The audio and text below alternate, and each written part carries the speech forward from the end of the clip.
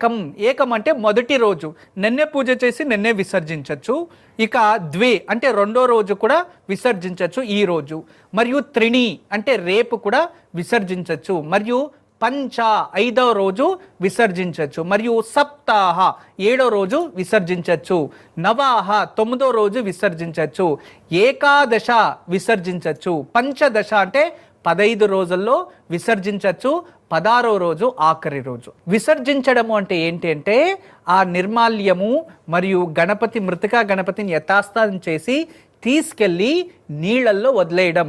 అంటే మట్టిని మనం ఎక్కడి నుంచి తెచ్చింటాం చెప్పండి? నీళ్ళు నుంచినే కదా ఆ బంక మట్టి అవన్నీ తెచ్చేది. వాటిని అక్కడే వెళ్ళి సమర్పించుకోవడం. అంటే ప్రకృతిలో నుంచి తీసినది ప్రకృతికే అందించాలి.